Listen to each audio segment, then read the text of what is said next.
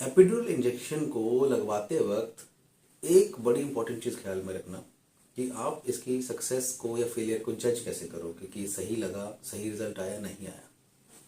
तो अगर हम एपिड्यूरल इंजेक्शन की बात करते हैं, उसका सक्सेस रेट बेसिकली पेशेंट ही बताता है। उसको जज करने का सही टाइमिंग क्या है, कैसे पेशेंट बता सकता है कि सही लगा या नहीं लगा, और उसको रिपीट करवाने की ज़रूरत है या नहीं, या कितनी बार रिपीट करवा सकते हैं, इन सभी के बारे में आज बड़े इत्मीनान से बात करेंगे। जैसे कि हमने पिछली वीडियोस में बात की थी कि एपिड्यूरल इंजेक्शन का फ़ायदा क्या है, नुकसान क्या है, इससे घबराना चाहिए, नहीं घबराना चाहिए, कब लगवाना चाहिए, कब नहीं लगवाना चाहिए। तो अब सब चीज़ें हो चुकी हैं, हमने फाइनली डिसाइड कर लिया है, डॉक्टर ने, पेशेंट ने, कि एपिड्यूरल लगेगा। तो इसके अंदर सबसे पहली चीज़, एपिड्यूरल इंजेक्शन के अंदर मेडिसिन की एक कॉकटेल होती है, मल्टीपल तरीके की मेडिसिन होती हैं। वो दो तरीके से काम करती हैं। एक तरीके की मेडिसिन तो इमीडिएटली काम करती हैं, आपका दर्द एकदम से छूमंतर हो जाएगा, बट ये इमीडिएटली काम करने वाली मेडिसिन का असर भी 2 से 3 दिन में ही गायब हो जाता है। दूसरी तरीके की जो इसमें मेडिसिन होती हैं, तरह की जो मेडिसिन होती हैं, उनका असर स्टार्ट होता है आना 2 से 3 दिन बाद, और उसका असर धीरे धीरे बढ़ना शुरू लगता है, और वो 3 हफ्ते तक जाकर ही पूरा असर अपना दिखाती हैं। तो जो ये सेकंड कैटेगरी ऑफ मेडिसिन है, यही सबसे इंपॉर्टेंट होती हैं। इसीलिए जब भी आपको ये कंफर्म करना है, ये जज करना है कि एपिड्यूरल सही से लगा है नहीं लगा, उसका असर सही से आया है नहीं आया, आपको इंजेक्शन के बाद मिनिमम 3 हफ्ते का वेट जरूर करना चाहिए।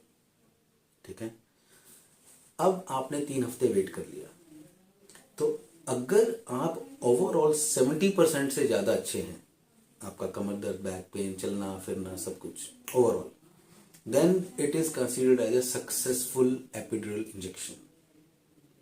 अगर आप 70% से ज़्यादा अच्छे हैं, अगर आप 50 से 70 के बीच में कहीं ना कहीं हैं, it is also considered as a very good epidural injection, not a fail at all. लेकिन अगर आपका सक्सेस, आपका जो ठीक कंडीशन है, वो सिर्फ 50% से भी कम ठीक है, 30, 40, 50 के आसपास, मतलब उतना अच्छा रिजल्ट नहीं आया। ये हमने बाकी वीडियोस में बात की है कि एपिड्यूरल फेल के कारण क्या होते हैं।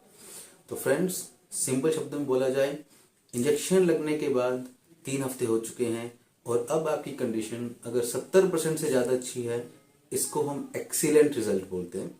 अगर 50% के आसपास अच्छी है, इसको हम गुड रिजल्ट बोलते हैं। और अगर कंडीशन 50% से भी कम खराब अच्छी है, 30%, 40% कुछ भी हो, उसको हम पुअर रिजल्ट बोलते हैं या फेल्ड एपिड्यूरल बोलते हैं, जिसकी भी हमने बात की थी। इसी तरीके से अगर आप 70% वाली कैटेगरी में आते हैं, 80% ठीक हो गए, 90% ठीक हो गए, तो आपको रिपीट करवाने की जरूरत नहीं है। बाकी काम कीजिए, जो एक्सरसाइजेस हैं, लाइफस्टाइल मॉडिफिकेशन से आप ठीक हो जाएंगे।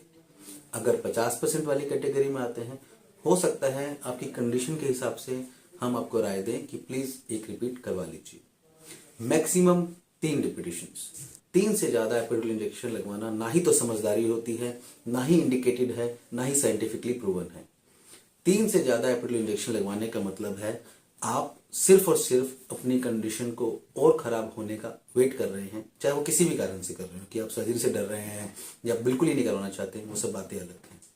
ठीक है, और अगर आपको इंजेक्शन लगाने के बाद, पहला इंजेक्शन लगाने के बाद 30-40% आराम है, 50% भी फायदा नहीं है, तो दोबारा इंजेक्शन नहीं लगवाना।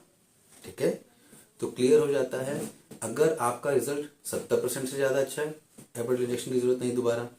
अगर 50% से खराब है, तब भी दोबारा एपिड्यूरल इंजेक्शन की जरूरत नहीं। हाँ, तब हमें ये जरूर ढूंढना पड़ेगा कि फेल्ड एपिड्यूरल का कारण क्या है, जैसे कि हमने पहले बात की थी।